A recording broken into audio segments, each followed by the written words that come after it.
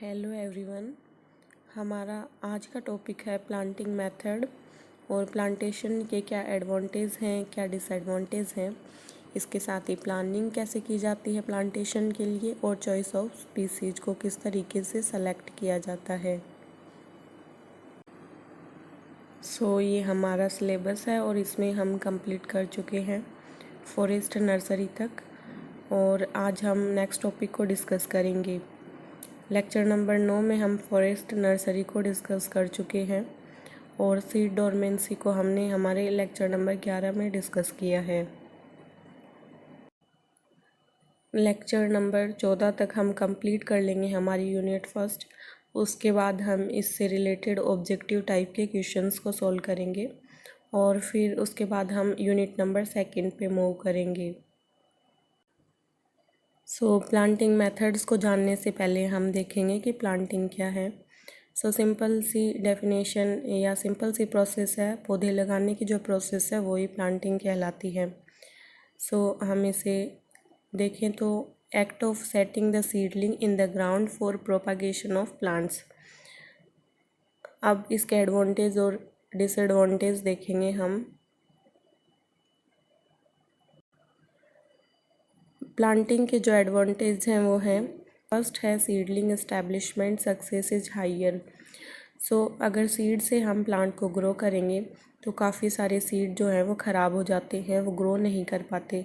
लेकिन सीडलिंग से अगर हम प्लांट करेंगे तो सीडलिंग के जो सक्सेस के चांसेस हैं वो ज़्यादा होते हैं कि वो प्लांट के रूप में ग्रो कर पाए। नेक्स्ट है seed requirement is less. Seed की हमें ज़रूरत नहीं पड़ेगी क्योंकि हम सीडलिंग से ग्रो कर रहे हैं। और seedling establishment period is shorter.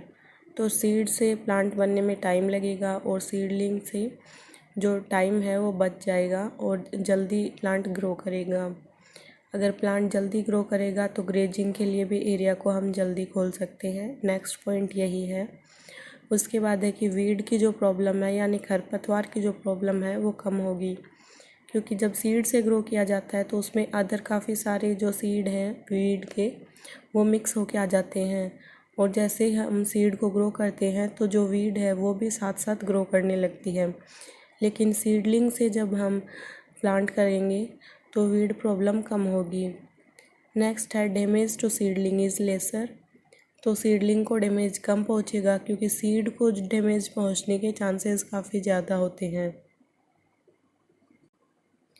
क्योंकि सीडलिंग की तुलना में सीड है वो काफ़ी वल्नरेबल होता है। नेक्स्ट है डिसएडवांटेज ऑफ प्लांटिंग। प्लांटिंग के लिए जो कॉस्ट है वो ज़्यादा लगती है, क्योंकि सीड को हम ग्रो कर रहे हैं तो हमें जो कॉस्ट है वो इतनी नहीं आती। लेकिन प्लांटिंग के लिए पहले आपको सीडलिंग ख़रीदनी पड़ेगी, फिर उसको ग्रो करने के लिए लेबर चाहिए, फिर मैनेजमेंट देखना पड़ता है पूरा, और हमें नॉलेज और स्किल होनी चाहिए ताकि जो हम प्लांटिंग से जो प्रोडक्शन चाहते हैं वो हम अच्छे से ले पाएँ और अच्छे तरीके से प्लांटिंग को हम यहाँ कर पाएँ। अब है प्लांटिंग टाइम। जो अर्ली स्प्रिंग का टाइम होता है या फिर जो मानसून आने का वक्त होता है वो एकदम सही टाइम होता है प्लांटिंग के लिए। और कई बार ये लोकेशन टू लोकेशन और स्पीसीज़ टू स्पीसीज़ डिपेंड करता है। एक होती है मानसून प्लांटिंग, एक प्री मानसून प्लांटिंग, विंटर में भी प्लांटिंग की जाती है, और एक होती है स्प्रिंग प्लांटिंग। अब हम प्लांटिंग मेथड्स को डिस्कस करेंगे।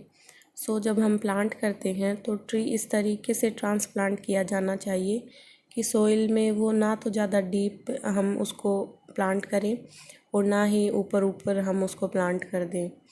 हमें ध्यान रखना चाहिए, अगर आप डीप पिट्स उसको प्लांट करोगे तो रूट्स जो है उनको सफिशिएंट ऑक्सीजन नहीं मिलेगी प्रॉपर ग्रोथ के लिए। ये भी प्लांट के लिए अच्छा नहीं है। और अगर आप नैरो पिट रखोगे तो रूट की जो स्ट्रक्चर है वो यहाँ पे जो रूट है वो एक्सपांड नहीं कर पाएगी। इसलिए ये भी प्लांट के लिए अच्छा नहीं है। प्लांटिंग है वो एक तो एंटायर प्लांटिंग होती है और एक होती है स्टम्प प्लांटिंग। ये प्लांटिंग के मेथड्स हैं। एक एक करके हम एंटायर प्लांटिंग और स्टम्प प्लांटिंग को यहाँ पे डिस्कस करेंगे। एंटायर प्लांटिंग में जो प्लांट होता है उसको सीधा नर्सरी बेड से हम यहाँ लेते हैं और उसको प्लांट कर देते हैं फील्ड में ताकि वो और ग्रो हो सके। फर्स्ट है प्लांटिंग नेक्ड रूट सीडलिंग। यहाँ से नर्सरी बेड से सीडलिंग को रिमूव करते हैं, उनको फिर बायो फर्टिलाइज़र और फंजीसाइड से हम ट्रीट करते हैं, उसके बाद सीधा उनको प्लांट कर देते हैं। ये जो मेथड है वो वाइडली यूज़ नहीं किया जाता है क्योंकि इसमें जो प्लांट है उसकी ग्रोथ के चांसेस थोड़े कम होते हैं। इस प्रोसेस में प्लांट की जो रूट्स हैं उनके डैमेज होने के चांसेस काफ़ी ज़्यादा होते हैं। नेक्स्ट है planting seedling with ball of earth.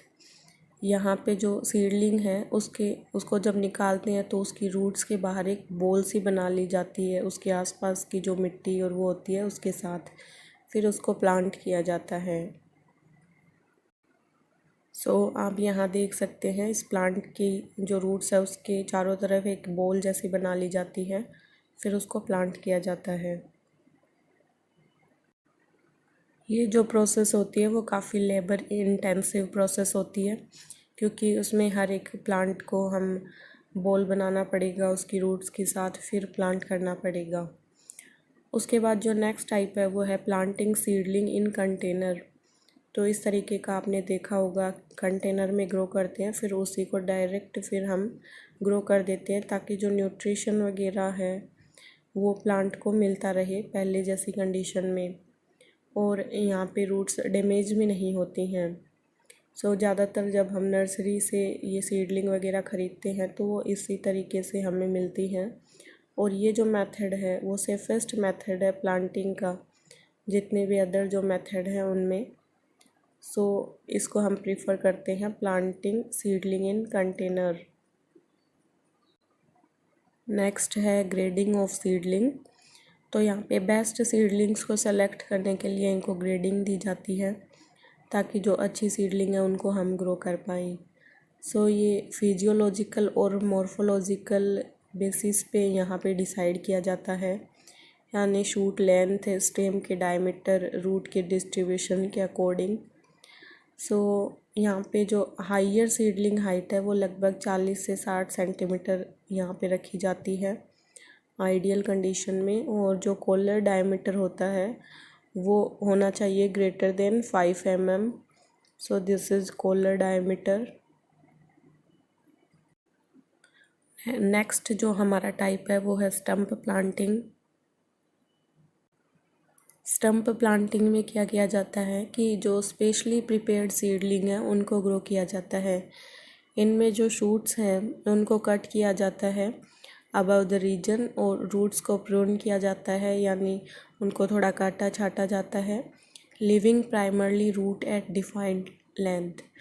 फिर सीडलिंग्स है उनमें ये ज़रूरी है कि उनमें 1 टैप रूट सिस्टम हो और विद 30 सेंटीमीटर इनकी हाइट हो या फिर ज़्यादा भी हो सकती है। यहाँ पे टीक प्लांटेशन के जो स्टम्प है वो प्लांटिंग यहाँ की गई है।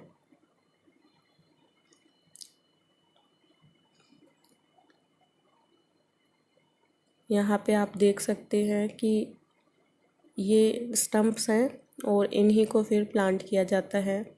ये प्रोसेस कहलाती है स्टम्प प्लांटिंग। अब हम देखेंगे कि स्टम्प प्लांटिंग के क्या एडवांटेज है। एक तो ये ईजियर और चीपर वन है क्योंकि इसके लिए जो प्लांट होता है उसी से हमें स्टम्प्स प्राप्त हो जाते हैं। ट्रांसपोर्ट है वो भी सिंपल है, ऐसे ज़्यादा ध्यान नहीं रखना पड़ता। जब सीडलिंग होती है उनका काफ़ी ध्यान रखना पड़ता है कि वो डैमेज ना हो जाए, उनको प्रॉपरली कंटेनर में उनको न्यूट्रिशन वगैरह है या नहीं। यहाँ पे हमें इतना ध्यान रखने की ज़रूरत नहीं होती है, और जो लेबर है वो भी कम रिक्वायर्ड होता है कंपेरेटिवली, और फास्टर सीडलिंग इस्टेब्लिशमेंट। तो स्टम्प है वो खुद ही काफ़ी ग्रो किया हुआ होता है, यहाँ पे सीडलिंग इस्टेब्लिशमेंट जल्दी हो जाता है, और root development is good and cheap. Next है स्पेसिंग। जो प्लांट्स को हम ग्रो करते हैं उनके बीच का जो स्पेस होता है उसी को स्पेसिंग कहते हैं। ये काफ़ी इम्पोर्टेंट पार्ट है प्लांटेशन का। अब हम देखेंगे कि प्लानिंग कैसे की जाती है प्लांटेशन का, ये हमारे टॉपिक का दूसरा पार्ट है। सो प्लानिंग इसलिए ज़रूरी होती है कि पहले हम देखें कि कौन सा रीजनरेशन मेथड स्पीसीज के लिए ज़रूरी है, कौन सा यूज किया जाए, कौन सी स्पीसीज यूज की जाए। सो नेक्स्ट है व्हाट स्पीसीज टू इस्टेब्लिश, कौन सी स्पीसीज को इस्टेब्लिश किया जाए, सिंगल ट्री स्पीसीज को प्लांट करें या फिर मिक्सचर को प्लांट करें। नेक्स्ट है what type of planting stock to use. फिर है प्लानिंग का जो पैटर्न, टू यूज और how many seedling to plant, तो कितनी सीडलिंग्स को प्लांट किया जाए, कब प्लांट किया जाए, सीडलिंग्स को प्रोटेक्ट कैसे किया जाए। फिर प्लांटेशन प्लान बनाया जाता है। सो आप देख सकते हैं जिस तरीके से एग्ज़ाम के लिए हमें एक प्लानिंग बनानी पड़ती है, उसी तरीके से प्लांटेशन के लिए भी हमें पहले से ही प्लानिंग बनानी पड़ती है। अगर हम हमारी प्लांटिंग से अच्छा प्रोडक्शन चाहते हैं और हम चाहते हैं कि वो अच्छे से ग्रो हो, तो उसके लिए हमें बेटर प्लानिंग की ज़रूरत होती है। जब सारे डिसीजन ले लिए जाते हैं कि क्या प्लांट करना है, कहाँ प्लांट करना है, यानी बेसिक इन्फॉर्मेशन कलेक्ट कर ली जाती है, तो उसके बाद प्लांटेशन प्लान को बनाते हैं। और यहाँ पे जो प्लांटेशन रिकॉर्ड है वो होना चाहिए प्लांटिंग से पहले, जो प्लानिंग होती है उसमें, और उसमें मैप रखा जाता है एरिया का। सो नेक्स्ट हम डिस्कस करेंगे अब choices of species. So species के सिलेक्शन के लिए यहाँ सबसे पहले ज़रूरी है करेक्ट स्पीसीज को सेलेक्ट करना, कि साइट कंडीशन के अकॉर्डिंग हम देखते हैं कि कौन सी यहाँ पे स्पीसीज ग्रो करना सही रहेगा। नेक्स्ट है इकोलॉजिकल साइट क्लासिफिकेशन, और हमें लोकल नॉलेज होना चाहिए वहाँ प्लांट करने के लिए, जिस एरिया में हम प्लांट करने जा रहे हैं। नेक्स्ट है स्पीसीज की जो चॉइसेस है वो डिपेंड करती हैं कि हमारा पर्पज़ क्या है हमारी स्कीम का, कि किस तरीके का प्रोडक्शन हम चाहते हैं। अगर हम टिम्बर प्रोडक्शन चाहते हैं तो हमें इस तरीके की स्पीसीज लेनी पड़ेंगी जिससे हमें बेटर क्वालिटी का टिम्बर प्राप्त हो। सो ये देख लिया जाता है कि कौन सी स्पीसीज सूटेबल है। सो यहाँ लिखा गया है next, if timber production is the primarily purpose, then the range of species is likely to be limited to conifers and few hardwoods such as oak और cherry. So timber plantation के लिए हमें hardwoods की ज़रूरत होती है। So next है कि suitable species of tree should be identified at the design state as within a planting site, और उसके बाद there may be considerable variation in microclimate, soil types, wetness. So species or mixture of species will need to be allocated to specific area within the site. So ये सारे factors हैं, इनका हमें ध्यान रखना होता है प्लांटिंग के टाइम। नेक्स्ट है for example Norway spruce should be planted rather than Sitka spruce in frost hollows. So इसके कंपैरेटिवली ये अच्छा यहाँ पे ग्रो करता है। नेक्स्ट है पाइन्स विल टॉलरेट ड्रायर और poorer soil than spruce, and different species of oak may be required depending upon whether soil or light और हैवी। सो डिपेंड करता है, अलग अलग स्पीसीज के प्लांट हैं वो अलग अलग रिएक्ट करते हैं, अलग अलग तरीके से ग्रो करते हैं। हमें इस तरीके से स्पीसीज़ को चूज़ करना चाहिए कि उनके लिए कौन सी कंडीशन है वो बेटर रहेगी। सो आज हमने डिस्कस किया है प्लांटिंग मेथड्स को, इसके साथ ही हमने इसकी प्लानिंग को देखा और चॉइस ऑफ स्पीसीज किस तरीके से सेलेक्ट की जाती है, इनको हमने यहाँ डिस्कस किया। अब हमारा जो नेक्स्ट जो लेक्चर है उसमें हम प्लांट के एस्टैब्लिशमेंट और मैनेजमेंट को डिस्कस करेंगे। So thank you so much guys. Have a nice day.